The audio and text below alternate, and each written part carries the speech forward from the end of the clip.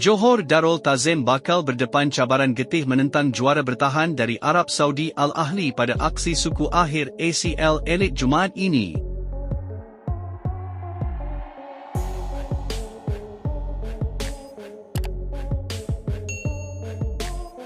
Al Ahly mengesahkan kemarahan selepas menundukkan wakil Qatar Al Duhail menerusi kemenangan dramatik.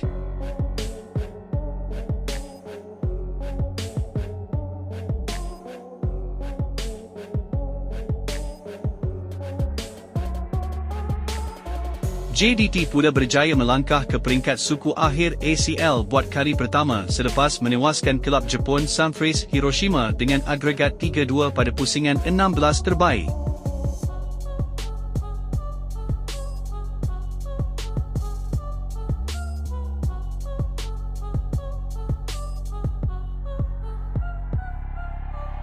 Berbekalkan momentum tersebut, JDT sudah pasti memasang tekad untuk mencipta satu lagi kejutan meskipun bakal berdepan pasukan yang dibarisi ramai pemain ternama dunia seperti Mahrez, Ivan Toney dan Franck Kessié.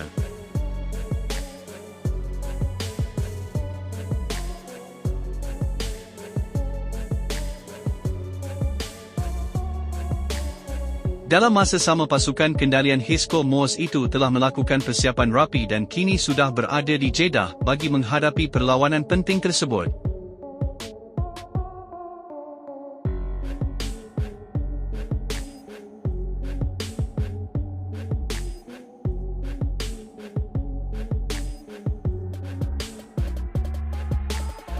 Aksi suku akhir antara kedua-dua pasukan dijadual berlangsung di King Abdullah Sports City Jeddah pada Jumaat ini jam 10.45 malam.